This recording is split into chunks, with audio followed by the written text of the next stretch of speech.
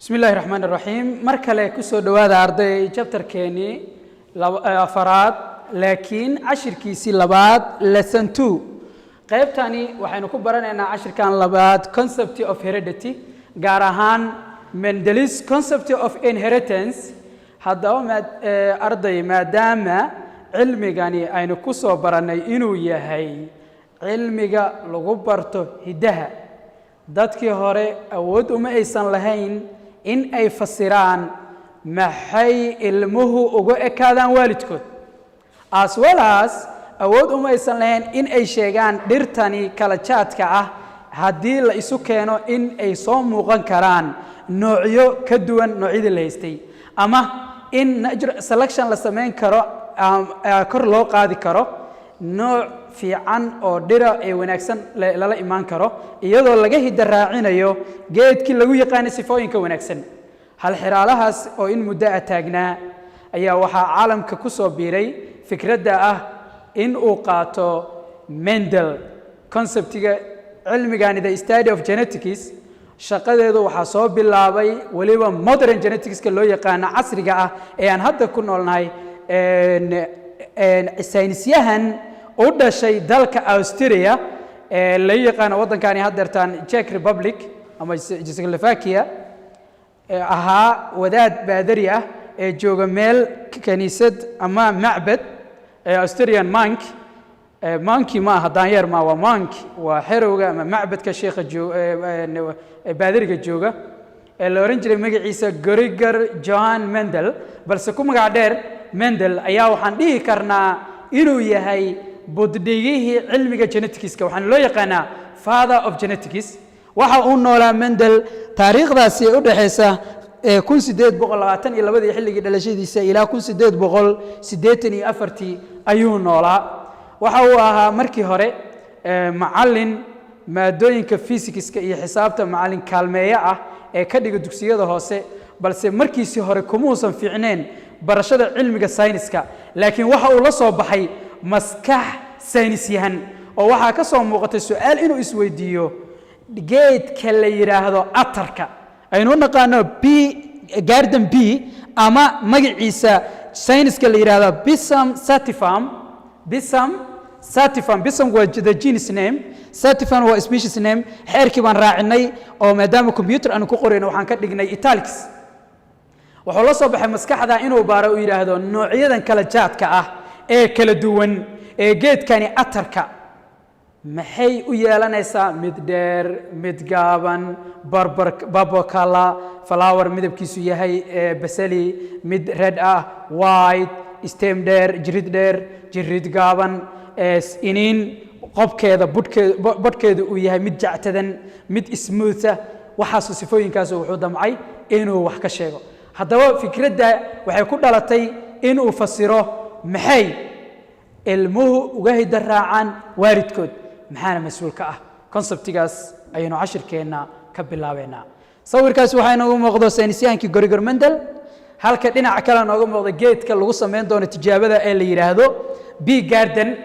oo magaciisa sayniskuna yahay Pisum sativum afka Soomaaliga ku noqonayo geedka atarka halka Carabiga la yiraahdo shajaratu bazala geedkaasi Mendel waxa geedka uu investigate ku sameeyay isagoo qoraya astaamaha characteristicska la iska hidaraacayo haddaba muxuu ahaa shaqooyinku qabtay Mendel concept of heredity conceptiga oo nasiiyay fikradii guud ee barashada cilmiga hidaha ee saynisyahankii weynaa ee Gregor Mendel wuxuu yiri inheritance-gu in la iska hidaraaco oo sifo ay ka gudubto waalidka ayna u gudubto dhasha caruurta faca offspring-ka is determined by waxa go'aamiya factors halkaas aad aan iskula socono xilligaasi Mendel uu sheegayo fikradani ma jirin genes lama aqoon as well as DNA lama aqoon dib ayaa laga soo ikhtiraacay oo la ogaaday maadaama isagu af German isticmaalaya oo deegaanadaas looga hadlay German wuxuu isticmaalay kelmad macmal la yiraahdo macmal wuxuu isticmaalay ereyga macmal or factor Mendel muxuu yiri sababtoo aan muusan garanayn genes oo xilligaasi lama ikhtiraacin ilaa 1909 ayaa la ogaaday in uu jiro genes la yiraahdo waxyaabaha hidaha qaadayo hidisidayaasha ee laga dhaxelayo DNA-da wuxuu yiri marka waxaa go'aamiya sifada inay ka gudubto waalidka una gudubto dhasheeda from generation inay ka gudubto to generation factors mas'uulka these factors today maanta known as waxaynu u naqaanaa genes not genus maaha genus waa duul tani waa genes hidasidayaal conceptiga guud marka sidoo ku helay sidoo Mendel ku gaaray fikradda ah oo la garan waayo why ay ilmuhu u ekaadaan resemble to their parents waxa uu ku gaaray tijaabooyin badan oo uu sameeyay muddo 8 sano ah ay u soo baxday in ay go'aamiyaan faktaro in hidadu ay jiil ka gudubto tafiir farac ay ka gudubto jiilkana ay u gudubto maanta waxaan naqaanaa waxa mas'uul ka ah factorieskaasi genes sidoo ku helay Mendel's first law of heredity xeerka koowaad ee Mendel xeerka koowaad ee Mendel maxaa la yiraahdaa Mendel maxalkaas xeer kaliya ayuu dejiyay ardayo maya waxa uu dejiyay 3 xeerka koowaad oo la yiraahdo law of segregation qaanuunka takoorka ama qaanuunka kala soocidda waxa ku xigay independent assortment iyo codominance saddexdaas xeer ayuu dejiyay annagu waxaynu baranaynaa haddaba marka law of segregation qaanuunka takooridda muxuu dhigayaa qaanuunka takoorka law of segregation wuxuu qorayaa uu leeyahay in astaantu uu yeelanayo astaamaha ay yeelanayaan nooluhu waxaa go'aamiya pair of alleles halkaas aan ku jilciyo pair of alleles maxaa la yiraahdaa waa genus different pair of alleles tusaale waxaan soo qaadanaa casharkan kii ka horeeyay in geedka markii uu fiirinaya dheeraanta wuxuu yiri waxaan u soo qaadanaynaa xarfo genotype ah labadaas tiidha dheer inay noogu taagan tahay tallness dheeraan haddaba waa alleles these two alleles maxay ka samaysan yihiin same genus isku mid ah marka wuxuu yiri waxaa go'aamiya pair of alleles qandiyo lamaana ah kuwaasoo daad separate kala soocmaya or segregate kala tegaya during reproduction marka uu dhacayo taranka reproduction waxaan ka wadnaa during gamete formation marka la sameynayo gamete muxuu noqonayaa male gamete oo kan labka ah oo u naqaano sperm xawada iyo female gamete oo u naqaano ovum or egg oo kaxanta marka la sameynayo waxaynu ku soo qaadanay reproduction-ka iyo cell division-ka qaybsan unugeedka marka uu dhacayo meiosis-ka in loo kala qaado reduction division uu yahay oo laba loo kala soocayo 46 chromosome inay u kala bixi doonaan 23 each warkaani aan soo koobo xeerkaani wuxuu ku leeyahay pair of alleles-kaasi way kala soocmayaan si aan loo meeldayin marka lagu guda jiro during gamete formation xeerkaasi ayuu ku dabaqay waana arkaynaa sida uu noqon doono haddaan hadalka marka la kugu celiyo xeerkani wuxuu qorayaa naska wuxuu oranayaa in dabeecadaha astaamaha ay ka gudbayeen noolaha una gudbaya kuwa kale ee dhashoodu waxaa go'aamiyo pair of alleles qodobkaas aad u qabso kuwaasoo separate kala taga kala takoorma kala soocma during reproduction or during gamete formation markuu dhacayo waayahay sidee noqonaysaa haddaba aynu aragno tijaabadii uu sameeyay ee xeerka uu ku imaado xeer goorma la dejiyaa waxaan yiri marka hore aragtiya la sameeyaa hypothesis ayaa la qaataa kadib waxa la observation marka koowaad la sameeyaa indheendeen urkuur galid kadibna waxa loo soo gudbaa in la sameeyo wax la yiraahdo experiment tijaabada wixii ka dambeeya ka soo baxa ayaa xeer laga dejiyaa Mendel muxuu sameeyay haddaba Mendel's experiment tijaabadiisa maxay ahayd Gregor Mendel waxa uu sameeyay several experiments maadaama muddo 8 sano uu waday shaqadani wuxuu sameeyay tijaabooyin aad u badan isagoo adeegsanaya bee plant geedka atarka la yiraahdo geedkan ma aha geed digireed ma aha waa uu ka duwan yahay waa geed la yiraahdo bazella ama atar afka Soomaaliga ama garden bee lagu yiraahdo afka Ingiriiska ayuu adeegsaday why Mendel selected bee plant waa su'aal ملايين تجد حلق مندل جرتي muxuu uga socday geedkan la yiraahdo bee plant geedka atarka geedaha kale muxuu uga socday waa su'aal meesha ku jirta jawaabtu waxay noqonaysaa sida tan marka koowaad easy to cultivate geedkani beerashadiisa ama koriimadiisa si dhaqso ah ayuu ku kori waxa lagu beeran karaa small area meel yar maadaama macbad uu joogo oo meel uu degan yahay macbadka dhul yar ayaad ku beeran kartaa marka labaad beerashadiisana kaagama baahanayso wax badan inaad ku bixisid easy cultivate waa qodob uu ku doortay muhiim ah labo qodobka labaad ee Mendel uu ku doortay waxay tahay produce lots of offspring waa tafiirta ama faraca halkii margeedkaasi wuxuu ku dhalayaa wax tiro badan oo iniina oo hadhowna ku noqon doonto geedo wuxuu ku doortay qodobka saddexaad Mendel ay noqonaysaa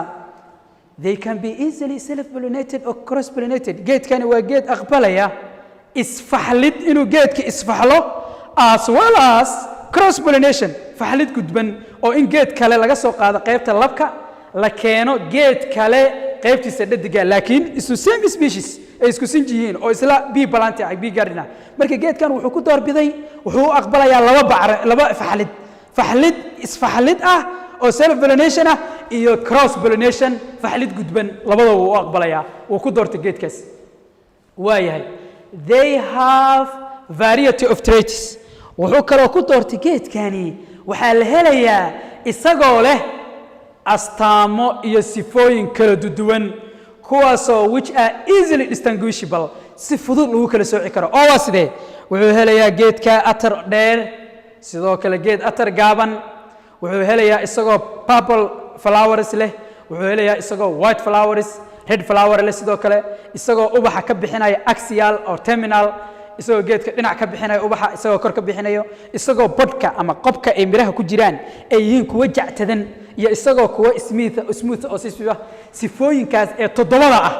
ayuu wuxuu u yeeshay in uu sameeyo u dooran karo haddaan ku celino marka Mendel wuxuu doortay geedka atarka muxuu u doortay easy cultivate si fudud lagu beeran karo produce lots of offspring wax badan inuu soo saarayo in uu aqbalayo labada nooc oo faxlida ah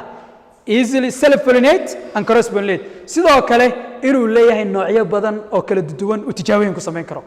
waayahay tijaabada Mendel waxaan iri wuxuu u doortay geedkaas sababuhu ku doortana waa sheegnay aynu ka gudubno ila soco astaamaha toddobada sifo aan sheegaynay waxa kamid ah wuxuu eegayay shape-ka seed-ka iniinta waxay qaabka ay leedahay ma mid markii la taabto smooth ahaa waa sifo dominant ah oo wax sheeqiso mise waa sifada la sheeqiyo markasta qarsoon ee soo muuqan karto kaliya ratio 1 ku soo muuqan karto oo ah wrinkled ma jactadana wuxuu fiiriyay seed color iniinta colorkeeda marka wuxuu fiiriyay shape-ka qaabku yeelanayo markaani colorku fiiriyay iniin yellow ah oo yellowga mar walba wuxuu qariyaa cagaarka mise waa iniin green ah sida sawirka kaaga muuqato sidoo kale wuxuu eegay bud shape bud waa qobka iniinta ee ku jirto qob ayaa la yiraahdaa waa qobka digir ha ahaato qof geed walba ay iniinta gudaheeda inoogu dhex jirto kan kore ee banaanka yaal ayaa la yiraahdaa budka wuxuu eegay shape-kiisa ma mid inflated aha oo gudaha isugu dhexdhacsan mise waa wrinkled isaguna waa mid leh riigo jactadan wuxuu eegay bud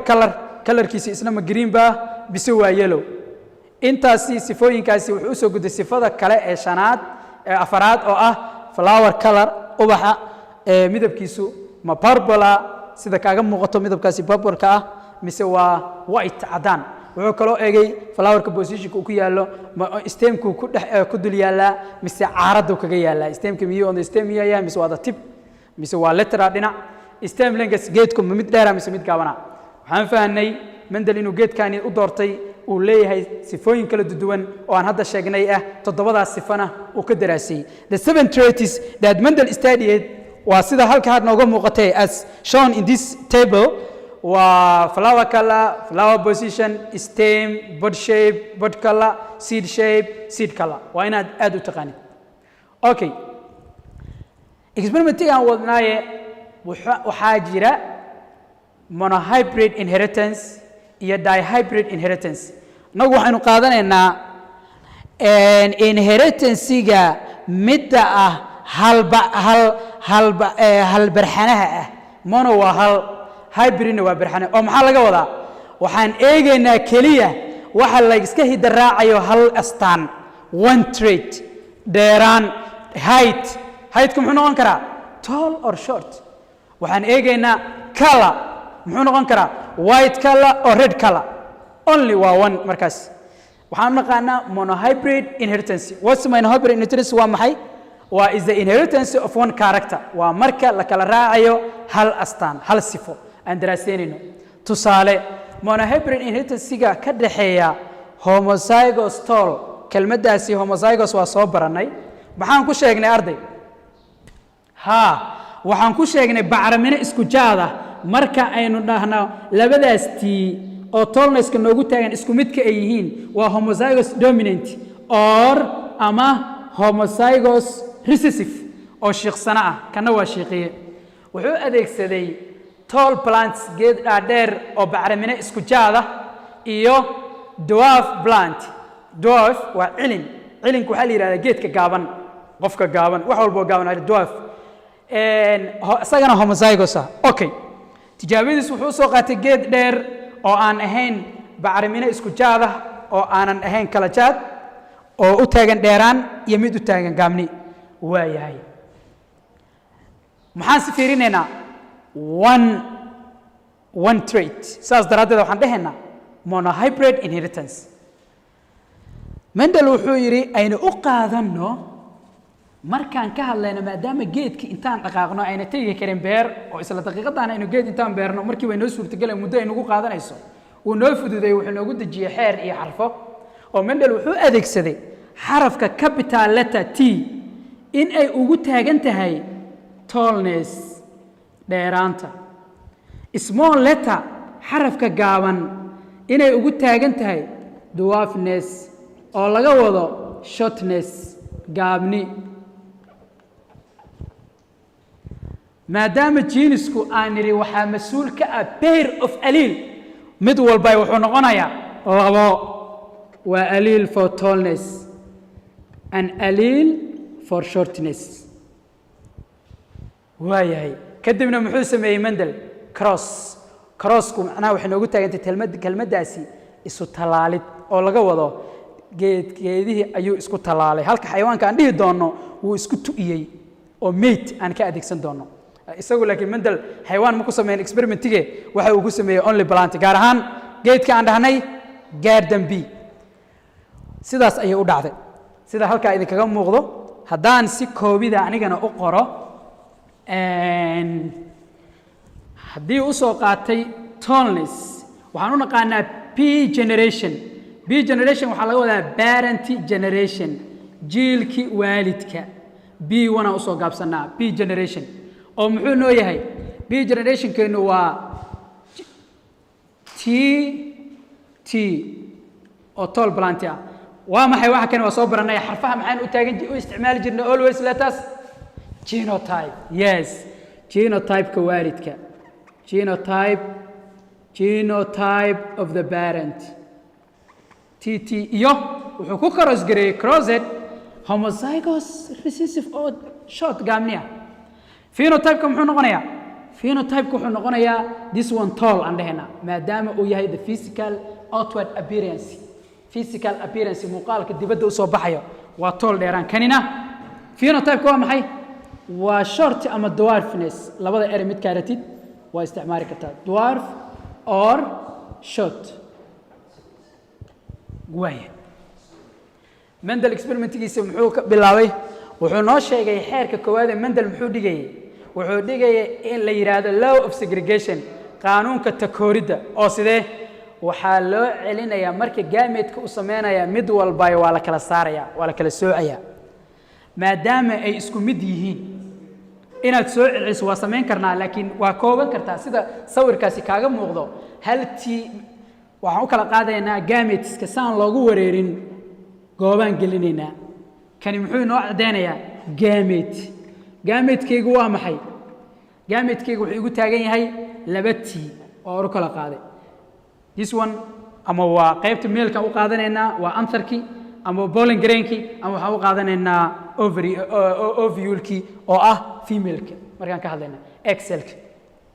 kanina waxaan dhahaynaa sidoo kale gametskiisaan u celinaynaa waaye waxaan raacnay xeerka koowaad ee Mendel oo ah we segregate waynu kala soocinaa waynu kala takoorinaa waaye maxaa xiga then fertilization waa isku bacriminaynaa gametekan T capital waxaan u keenaynaa T small tanina mar kale T-dan ayaan qaadaynaa waxaan u geenaynaa T-daas T small T capital T small mar kasto dominantiga ayaan soo hormarinaynaa receive-kan dabeysiinaynaa mar kale haddana waxaan qaadanayaa gametekan T for tallness-ka u taagan T-dana u geenaynaa T capital T small mar kale waxaan qaadanaynaa T-dani waxaan u geenaynaa T-da ku xigto T capital T small aynu fiirino falaaraan maxay noogu taagan yihiin fertilization maxaa dhacay bacriminaa dhacday waayahay waxaa noo soo baxay xarfo waxaa noo soo baxay jiil cusub jiilkani waxaan idhi waa parental genotype this one is parental genotype waa genotype-ka waalidka waa this one kuwa noo soo baxayna maxay noqonayaan filial F1 generation F waxaa laga soo gaabiyey filial oo la macno ah son F1 generation waxaan leenahay waa faci ama jiilkii koowaad tafiirti koowaad generationkii koowaad generation koowaad haddii lagu weydiiyo soo saar hidda muujiyahooda ama hidda tilmaamahooda this one waa genotype F1 genotype waa T capital all way isku egyihiin for T capital T small iska gaabi anagu uma baahnaan xarfo la isku dhudhuftee maxaan ka fahnay markii uu sameeyey tijaabadii koowaad Mendel wuxuu ogaaday geedkii dheeraa markii uu ku talaalay geedkii gaabnaa dhashi koowaad farci koowaad u soo baxay phenotype-ka F1 phenotype muxuu noqonayaa phenotype-ka jiilka koowaad all dhammaantood tall plantis waa dhir dhaadheer halkaasuu su'aal iska weydiiyey Mendel wuxuu yidhi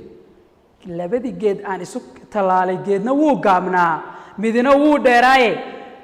jiilkii koowaad iniintii ay dhaleen markii uu beeray dhirtii soo baxday dhammaan waxay noqdeen dhir wada dhaadheer halkaasi miyuu uga haray Mendel may muxuu sameeyey wuxuu u gudbay jiilkii koowaad haddii la isku talaalo iyaguna maxaa ka soo muuqanaya waan wadnaaye jiilkii koowaad maxay noqdeen kani wuxuu ahaa homozygous pure kanina wuxuu ahaa homozygous oo pure laakiin kuwan noo soo baxay maxay noqonayaan heterozygous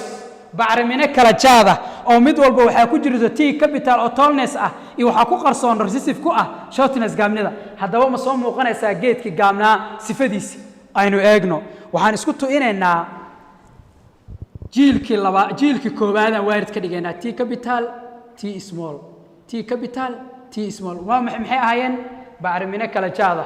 this one waa markaani parent bay noo noqonayaan F2 generation inay soo baxdaan rabnaa jiilka koowaad waarid noqonayo sidii si la mid ah ayaan u kala qaadaynaa xeerka segregation ka sameeynaa T-dani gooni baan gamete uga dhigaynaa tan ku xigtana gooni baan gamete uga dhigaynaa tanna sidoo kale maxaan sameeyay raacay xeerkii ahaa way kala qaadmayaan during gamete formation waxa kan noo sawirana waa gametes hooskaan u yeelnay ayaan kuwa kale kaga soo celinaa inuu gamete yahay waxay inooga xiga fertilization aan sameeynaa T capital iyo waxa soo imaanayo T capital laba T oo capital ah waa pure dominant oo tallness ah waliba dheer kan ku xiga T capital T small kan ku xiga ma dhehaysid T small T capital ma soo hormarinaysid waayo dominantigu shiiqiyaha ayaa laga soo hormariyaa shiiqsanaha waxaan leenahay T capital T small ugu dambeyn T small Mendel waxaa u soo baxday markii uu jiilkii koowaad waarid ka dhigay iyagu isku talaalay markay weynaadeen iniintii ay dhaleen markii uu dhulka beeray mar allaaliya mar kasta uu helo 3 geed oo dheer waxaa u soo baxaya mid gaaban xeerkan qaybtan monohybrid inheritance-igu saamigeeda waxaa la yidhahdaa 3:1 oo laga wado 3 geed oo dhaadheer 3:1 iyo hal geed oo gaaban 3:1 waxaan halkaani ka fahanay sifadii gaabnidii geedka waaridka ahaa parentiga ahaa in ay soo muuqatay jiilkii labaad maxaa halkaasi nooga soo baxay in hiduhu uu jiil ka gudbo jiilkanina u gudbo maxaa qaadayo these factories oo maanta aan u naqaano genes oo waa maxay halkaani waxaa ku jiray chromosomekii laga helayay geneska ay wateen waxay ahaayeen gene for dwarfness gaamnida oo maxay f1 u soo bixi waayeen waxaa jirto sifo wax shiiqiso oo ka awood badiso sifada kale waaye aynu u gudubno ayadoo muuqaal ahaan tall iyo short parentiga waa kaa geed dheer iyo geed gaaban f1 generation markaa isu keena maxay noqdeen dhammaan geedihii soo baxay waxay noqdeen dhaadheer oo maxaa dhacay gaabnidii waa la qariyay all tall plants markii aan f1 generationkii soo qaadnay iyagoo aan parenti ka dhignay parenti oo jiilkii labaad jiilkii koowaad parenti aan ka dhignay iyaguna maxay soo dhaleen f2 generation second filial generationkii labaad oo maxay noqdeen this one waa pure oo tall ah dheeraana labadaana waa heterozygous tall gaabni ku qarsan tahay kan waa pure dwarf oo gaabni ah waxaa noo soo baxay 3 tall and 1 short probability markaan dhahno boqolkiiba saami markaan u celino waxay noqonaysaa dheeraantu boqolkiiba 70 maxaa yeelay waa 3/4 times 100 4 divided by 100 waa 25 times 3 75% halka uu kan kale noqonayo 1/4 times 100 4 waa 25 times 1 waa 25% markii aan ku eegno ihtimaalka ee lagu helayo geed gaabanna waa 25% waayahay haddaba example-ka labaad waxaan soo qaadanaynaa waa midka labaadna ardayga soo gabagabeynayna inaad ku fahantaan waxa uu leeyahay sida tan soo socoto geed iniintiisu tahay kalarka iniintiisu yahay seed kalarkiisu yahay green yellow iyo waxaan isu keenay wuxuu u jiraa laba nooc two form of allele midna waa yellow waa jaalle midna waa green waa cagaar yellowga ayaa mar kasta shiiqiyo greenka seedka cagaaran haddaba laba xaraf u kala qaado abbreviate waxaa ku xarfaan u qaadanayna y capital oo noogu taagan yellow seed as well as y small oo noogu taagan green seed adigoo raacayo xeerkii Mendel ku samee marka using adoo isticmaalayda above letters xarfaas aan ku siiyay oo y capital y small ka shaqee genetic cross ku samee soo saar f1 generation jiilka koowaad mar labaad genotype-ka iyo phenotypic ratio saamiga hidda tilmaamaha iyo hidda muujiyaha jiilka labaadna soo saar waayahay si haddaan ku sameeyno dabcan boxkaas ayaan ka arkaynaa markii aan soo qaadanay labada y oo yellow noogu taagan boxka sida kaaga muuqda eeg parentiga ah iyo y-da greenka ah labada y waa pair of alleles this one waa parental genotype maxaan ku sameynaynaa xeerka waxaan gelinaynaa gametes ayaan u celinaynaa male gamete iyo female gamete pollen grain iyo ovary ayaa u kala labadooda oo xasidayaasha halka bini aadamku aadamuhu uu yahay sperm iyo ovum waa sidii baan sameynaynaa fertilization isku sameynaynaa waa y capital y small kana sidoo kale y capital y small y capital y small y capital y small maxay inoo soo baxay y maxay noogu taagneed capitalka yellow huruudiga ama jaalaha iniinta noo soo muuqanayso waxay noqdeen dhammaan iniin all phenotype markii su'aasha lagu weydiiyay waxa waaye ka shaqee genotypic ratio iyo phenotypic ratio haddaan sameynay f1 generation waxaan ku khasbannahay su'aashana la weydiiyo oo f2 generation inaan soo saarno oo aan f1 generation ka dhigno waarid iyaga aan isku tooyno waayahay marka koowaad f1 generation waa ka shaqeynay f2 generation waxay noqonaysaa y small y capital y small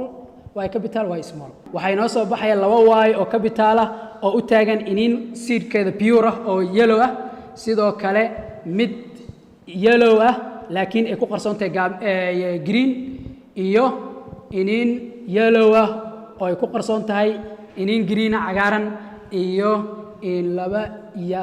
small ah oo inoo soo baxday iniintaas haddaba F1 genotypic ratio markii la weydiiyey waa 1 oo pure ah oo gaar ah ka duwan